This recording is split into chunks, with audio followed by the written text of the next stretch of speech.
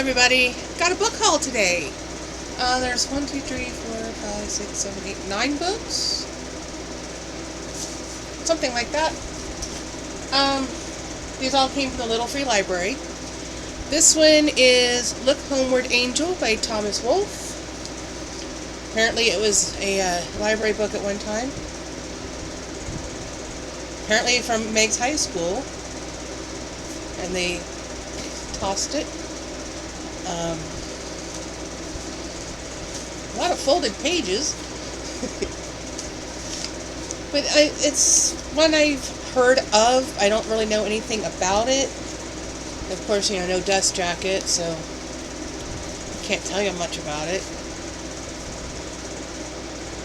This one is called Word Studies, and I haven't had a chance to look through it to really see. It's another one from Meigs High School.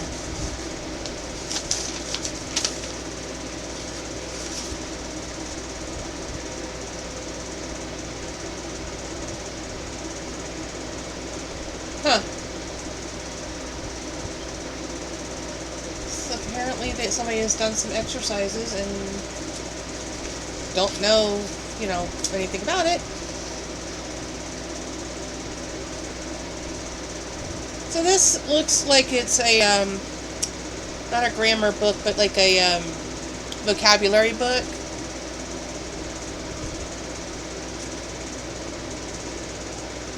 So you're supposed to, I guess, it gives you the word, the pronunciation, and the definition, and there's an assignment. Copy the following sentences, substituting the best synonym from the list above for each italicized word or word group. And copy the following sentences, selecting the correct homonym in parentheses. So this is spelling of homonyms: bail and bail, cereal and cereal. Okay.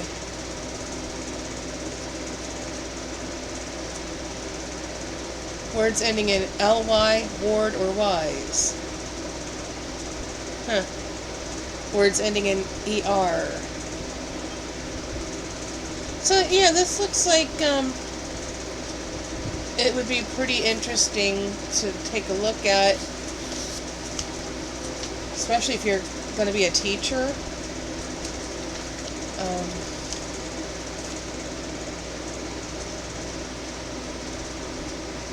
Page 127, 128, 129, 130, and a little bookmark. So I've got answers to stuff, apparently, that people left in the book. And that looks like different writing than the other one. Anyway, I think it'll be interesting.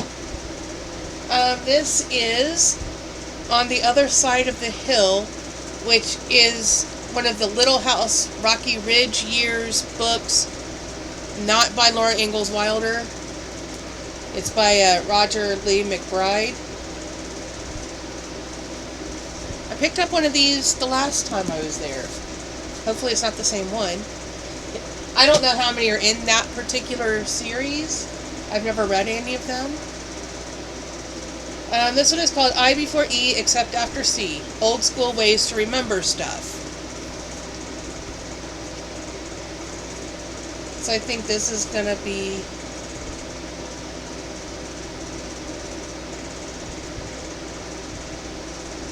this just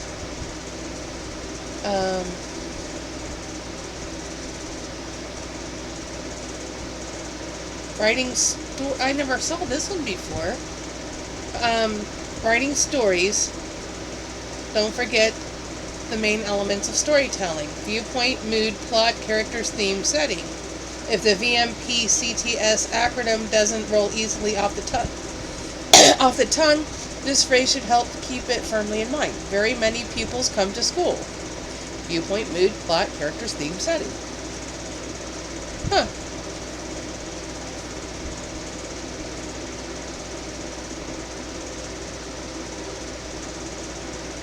Oh, here's a good one.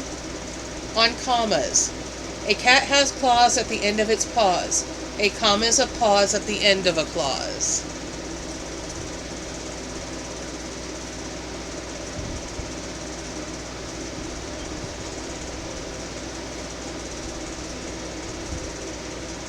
Oh, here's some stuff for math. Here's how to remember the 8 Central American countries: Mexico, Guatemala, Belize, Honduras, El Salvador, Nicaragua, Costa Rica, Panama. MGBHENCP. My great big hungry elephant nearly consumed Panama. That's funny. So yeah, this has a lot of good, what are they called? Mnemonics.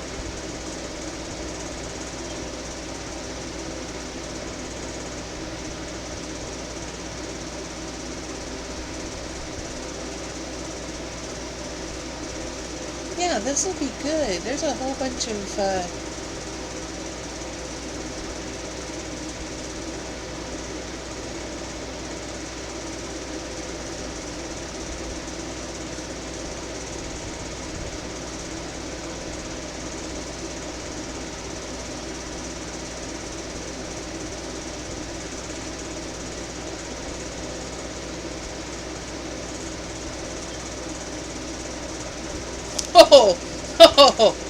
Doctor's shorthand.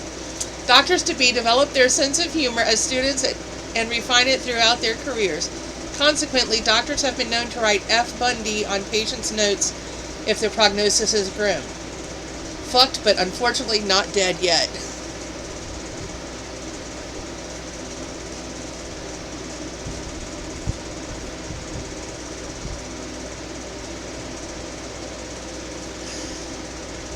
Okay, yeah, this is going to be a fun one to look through. This one, Dear America, Voyage on the Great Titanic, The Diary of Margaret Ann Brady. It's a scholastic book.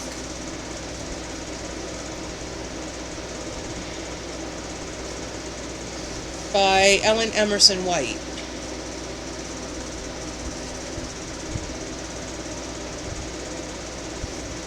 Oh, there's like photographs and stuff in here.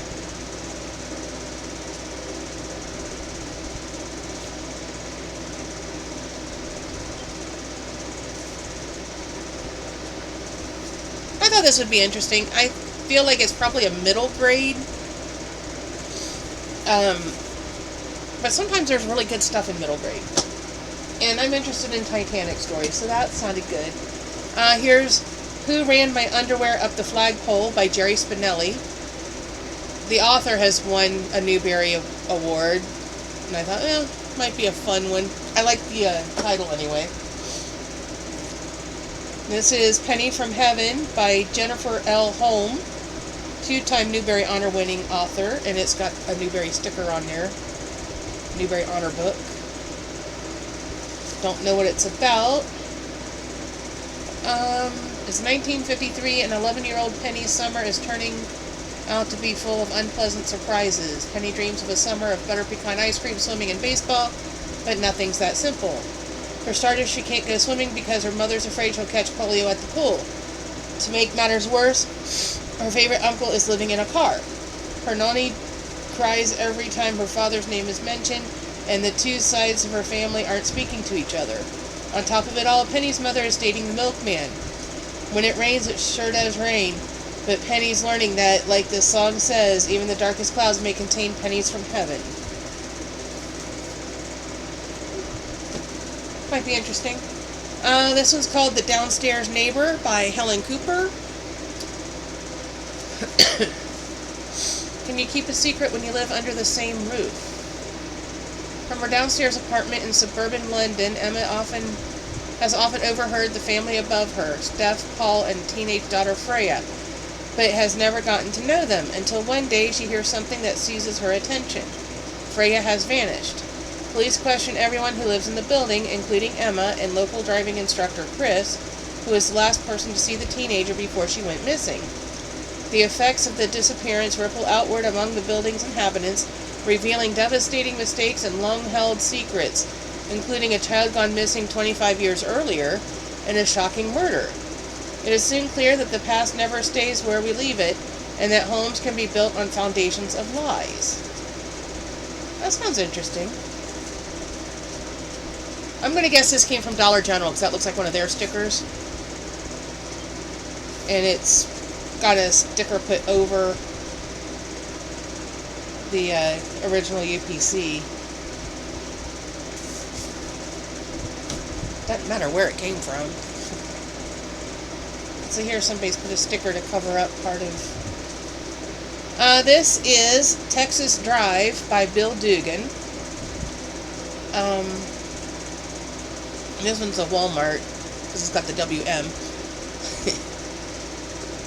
And then somebody tried to sell it for $1. A thin paperback for $1? No. No, it's not going to sell. Not at a yard sale. No. This one's a Western, apparently set after the Civil War.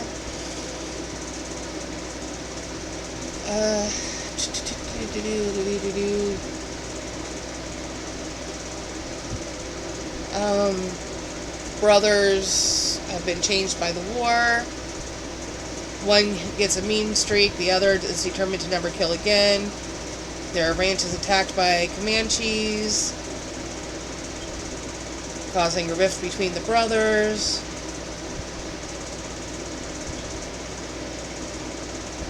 The peaceful brother goes and takes up his guns after his brothers pays the ultimate price for his recklessness when he goes off on a trail drive to Kansas.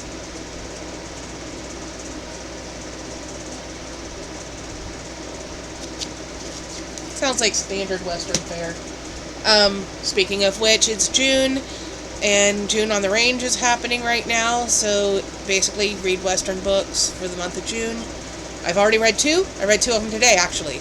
I read The Lone Star Ranger by Zane Grey, who was actually born and raised in Ohio, not terribly far from here, about 2 hours from here, up in Zanesville. Hence the name Zanesville came from him. His first book was about the area I live in, so that's kind of cool. And then the other one was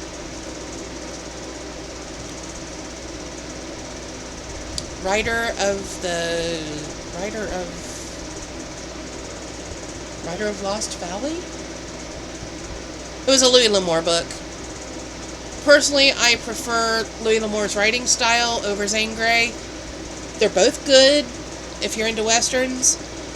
I have pretty much every Louis L'Amour book and most of Zane Grey's books, because Dad was into Westerns and we were trying to fill in any gaps he had so that he'd have all of Zane Grey and Louis L'Amour. We didn't get all the Zane Greys. We still had a few that we needed to get a hold of. But we did get all that we could find listed for Louis L'Amour. Anyway, I'm going to try to read a Longmire, one of the Longmire books. Actually, I've got 2 of them requested from the library. One of them came in, but I don't remember which one comes first, so I'll have to look it up before I read them. I might read the Dugan. I have another Louis L'Amour that I've started, but it's not what I would consider a Western. It's more about, or at least the stories I've read so far in it are more about working on the boats, like the steamers and ships and things, because Louis L'Amour did that for a while. So he's taking his experience and making them into short stories. He did a lot of adventure type stories as well. So just because it's a Louis L'Amour book doesn't mean it's Western. Same with Zane Grey. He wrote some stuff that wasn't Westerns necessarily. He wrote a lot about baseball. He wrote some about like hunting and safari type animals. There was one my dad particularly hated because they were so cruel to all the animals. It was one of the hunting ones. He was like, I don't like that. I don't want to read those anymore. I'm like, okay. You don't have to. And I've been thinking a lot about Mom and Dad this week, because Dad's birthday was June 1st and Mom's was the 4th. And this morning I was having a dream, and they were just about to talk to me, and the phone rang, so I don't know what they were trying to tell me. So, yeah, I woke up crying this morning because I wanted to know what Mom and Dad had to tell me. The stupid telemarketers called. One more reason to just hate telemarketers. My hair is just going nuts. Whatever. Let it do its thing. I really don't have anything else for today. We got some more stuff to do, taste test things. A couple kinds of cereal, a couple kinds of candy. I am getting sleepy. Normally I'd be going to work right now. I'd be just clocked in. Because it's just midnight. I shouldn't be tired now. I've been napping off and on all day. That's the problem with the midnight shift, is it's hard to function during the day because you're used to sleeping. But it's also, on your day off, it's the only time you've got where you can go do things while stores and things are open. Unless you do it when you get off work. Technically I'm off tomorrow, but I'll have to spend tomorrow sleeping. Because I have to get up at 10:30 tomorrow night so I can be at work at midnight. But, I've got almost 24 hours. I got, 22 hours? So, I'll probably try to get another book read during that time. I have read more in May and June so far than I had the rest of the year. I finally hit 40 books, which is so sad because I usually, before I started this job, I was reading 20 to 25 books a month. Here we are, almost halfway into June, and I'm just hitting 40, which is so sad. 5.5 months to read what I would normally read in 2 months? Or a month and a half? But I've gotten to where I've learned to, on the 12-hour shifts, to take my audiobooks and listen to them while I'm at work. Because a lot of times during a 12-hour shift, my client will sleep. And if he's asleep, I can listen to whatever I want. He doesn't care if I'm listening to books or reading books. But it's so hard to concentrate when he's yelling for you every little bit. But anyway, I can't believe I've been there. It'll be a year at the end of August. So, been there almost a year. Lots of things have happened over that year.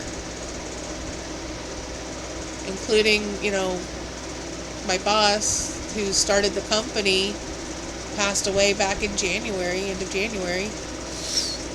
And we've been having lots of growing pains, lots of changes going on, people getting hired and fired and moved, and we're still short-handed. We have been short-handed in the house I work in pretty much since I started. They hire somebody, we train them, and then something happens, and we end up back to 3 people. We have a new person starting the middle of this week. So hopefully this person will stick around. They seem to think she's going to be a good fit, so fingers crossed. Working anywhere from 40 to 60 hours a week. You don't know sometimes at the last minute what your schedule's going to be because, we hired somebody, that didn't work out, so now we're back to putting you wherever, and it's just kind of, anyway, it is what it is. All businesses have times where they have crazy stuff going on, so just hoping that ours settles down and we can finally get on a regular schedule. I have a couple days this month where they have me coming in at 4 p.m. I was hired to work the midnight shift, so coming in 8 hours early is really going to screw me up. And I've tried to explain that to them, that, you know, I was hired to come in at midnight, so bringing me in, I hated the 8 to 8 shifts because I was coming in 4 hours early and I was always so tired. Well, now they have me coming in 2 different shifts at 4 o'clock, and I'm like, if I was having a trouble getting in here 4 hours early, doesn't it stand to reason I'm going to have even more trouble coming in 8 hours early? And then they put the new girl in the 12 o'clock shift. I'm like, wait a minute. Why is the new girl getting my shifts?